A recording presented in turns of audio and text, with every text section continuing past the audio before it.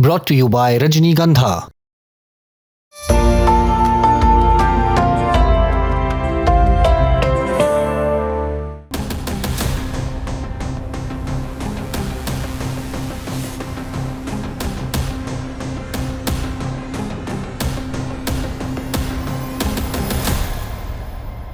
President Trump ने Iran को धमकी दी है कि स्ट्रेट ऑफ हॉर्मुज खोलो वरना नर्क जैसा हाल बना देंगे। 7 अप्रैल यानी मंगलवार पावर प्लांट और ब्रिज डे होगा, सबको एक साथ निपटाएंगे।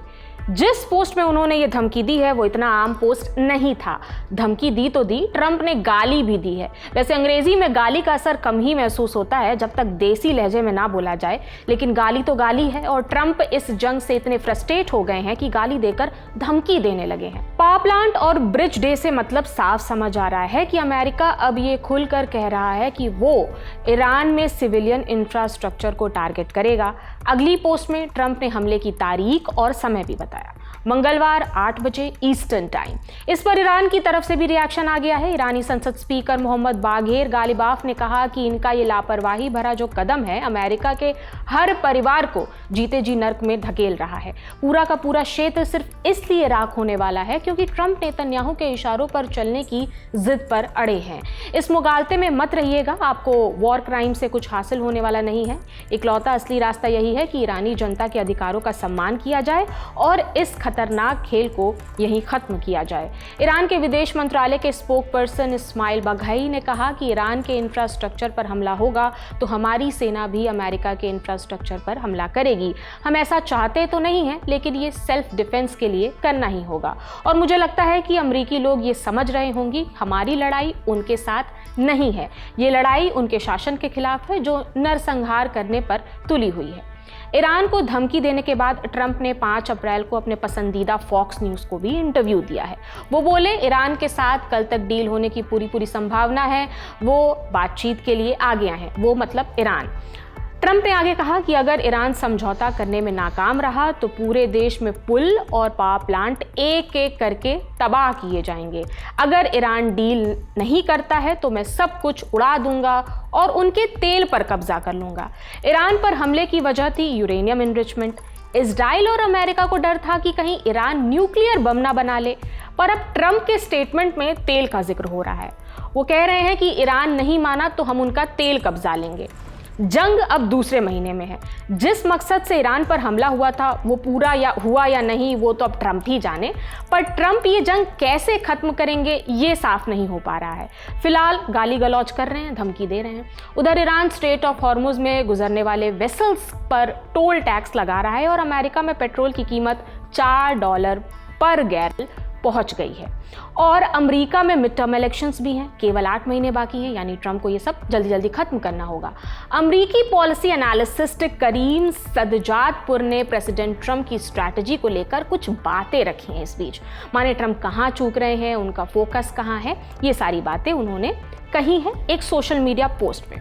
उन्होंने क्या कहा है, अब ये पॉइंट्स बाय पॉइंट्स जान लेते हैं। पहला पॉइंट, असली जंग अमेरिका और ईरान के बीच नहीं बल्कि ट्रंप और उनकी सोच के बीच चल रही है। वो कभी पीछे हटने की सोचते तो कभी ईरान को बम से उड़ाकर पाषाण युग में भेजने की धमकी देते।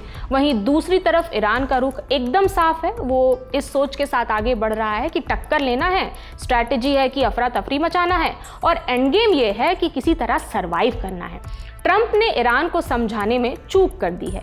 ईरान पर उनकी धमकियों का कोई असर नहीं पड़ा क्योंकि वहां की सत्ता का इतिहास ही यही रहा है कि चाहे पूरा देश और वहां के लोग तबाह हो जाएं, पर इस्लामिक सत्ता अपनी कुर्सी और उसूलों से कॉम्प्रोमाइज नहीं करेगी। दूसरा पॉइंट, इसके उलट ट्रंप की विदेश नीति का कोई ठोस आधार या नजरिया नहीं है। ईरान का शासन वर्ग खुद को सिद्धांतवादी प्रिंसिपलिस्ट कहता है।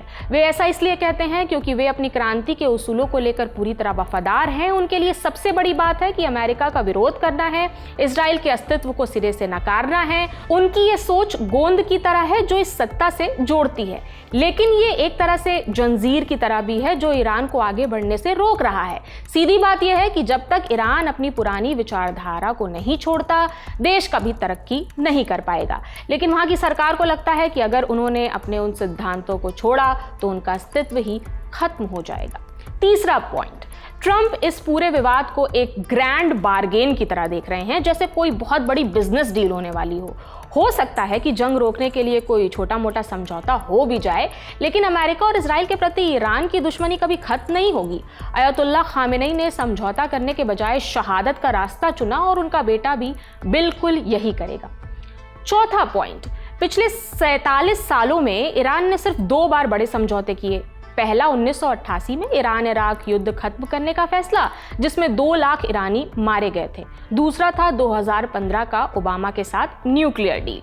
दोनों बार एक ही पैटर्न था, ईरान पर भारी आर्थिक दबाव लगाया गया था और उसे बाहर निकलने का एक साफ रास्ता भी दिखाया गया था और उसकी आइडियोलॉजी का भी पूरा ध्यान रखा गया था। लेकिन ट्रंप ने दबाव तो बनाया पर बाहर निकलने का कोई रास्ता नहीं दे पाए। पांचवा पॉइंट, अमेरिका ये समझता है कि जो ईरान के हित में है वही सरकार के हित में है। ये समझना बड़ी गलती है। हकीकत में ये दोनों एक दूसरे के उलट हैं। आम ईरानियों को दुनिया से जुड़ने में फ़ायदा है, लेकिन वहाँ की सत्ता जो एक धार्मिक माफिया की तरह है, वो अलग थलग रहकर ही फलती फूलती है। अजब बात यह है कि ईरानी सरकार पर दबाव पड़े तो वो झुकती ज़रूर है, लेकिन बाहरी दबाव और अकेलापन ही सरकार को और मजबूत बनाने में मदद भी करता है। छठवां पॉइंट, इराक और अफगानिस्तान से हमें एक सबक मिला है। अमेरिका बाहर से बैठकर किसी देश की पॉलिटिक्स नहीं तय कर सकता। ईरान में सरकार के विरोधियों के कंपैरिजन में सपोर्टर्स कहीं ज़्यादा हैं, लेकिन कोई भी बाहरी ताकत ईरानियों का फ्यूचर नहीं तय कर सकती। सातवां पॉइंट, इतिहास गवाह है कि ईरान अक्सर अपनी हद पार कर देता है। उसने अमेरिकी राजनयिकों को 444 दिनों तक बंधक बनाकर रखा, जिससे उसकी अंतर्राष्ट्रीय छवि भी खराब हुई। उसने इराक के साथ जंग को लंबा खींचा। उसने 7 अक्टूबर को हमास हमले की तारीफ भी की और उसके प्रॉक्सी गुट इसी वजह से तबाह हुए। आठवां पॉइंट, अभी सबसे बड़ी प्रायोरिटी न्यूक्लियर प्रोग्राम नहीं है बल्कि स्ट्रेट ऑफ हॉर्मुज है। ईरान इसे अपनी प्राइवेट पनामा नहर की तरह इस्तेमाल करने की कोशिश कर रहा है। इसका फैसला डिप्लोमेसी से होना चाहिए, क्योंकि यूरोप, एशिया और अरब देशों का हित इसी में है कि ये रास्ता जल्द से जल्द खुले। 9वां पॉइंट, ट्रंप एक क्विक डील चाहते हैं, लेकिन ईरान की सरकार की आइडियोलॉजी ही ऐसी है कि वो झुक नहीं सकती। जब तक इस्लामिक शासन है, नतीजा वही पुराना रहेगा। कोल्ड वॉर होगा, जो इस जंग से पहले भी था और बाद में भी रहेगा।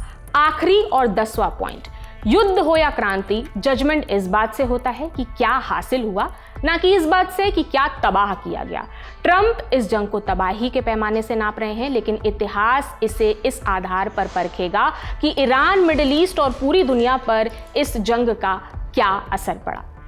तो ऐसा एक्सपर्ट्स का कहना है। ये सारे पॉइंट्स एक्सपर्ट्स ने बताए हैं। एक अपडेट ये भी है आपके लिए कि प्रेसिडेंट ट्रंप आज 6 अप्रैल को मिलिट्री के साथ प्रेस ब्रीफिंग करने वाले हैं। अपडेट्स जो भी होंगे हम आप तक पहुंचाते रहेंगे। फिलहाल दुनिया की नज़रें 7 अप्रैल पर ट्यूसडे पर टिकी हैं कि ट्रंप आखिर क्या करेंगे, कितनी तबाही मचाएंगे। जो भी अपडेट्स हैं हम आप तक पहुंचाते रहेंगे। आप अपनी राय हमें कमेंट सेक्शन में दे सकते हैं। मेरा नाम प्रगति है। देखते रहिए दी लल्लन टॉप। शुक्रिया।